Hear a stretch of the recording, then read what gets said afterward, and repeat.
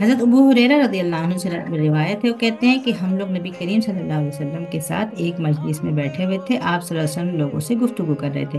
اسی اثناء میں ایک آرابی آ گیا، ایک بدو، ایک دیہاتی داخل ہوا اور اس نے کہا کہ قیامت کب آئے گی؟ نبی کریم صلی اللہ علیہ وسلم اپنی گفتگو میں مشغول رہے۔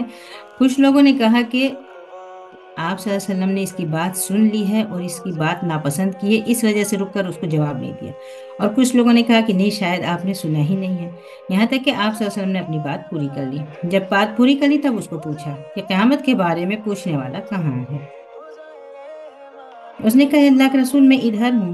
آپ نے کہا جب امانتیں ضائع ہو جائیں تو قیامت کا انتظار کرنا۔ اس نے کہا اے اللہ کے رسول، امانتیں ضائع ہونے کا کیا مطلب ہے؟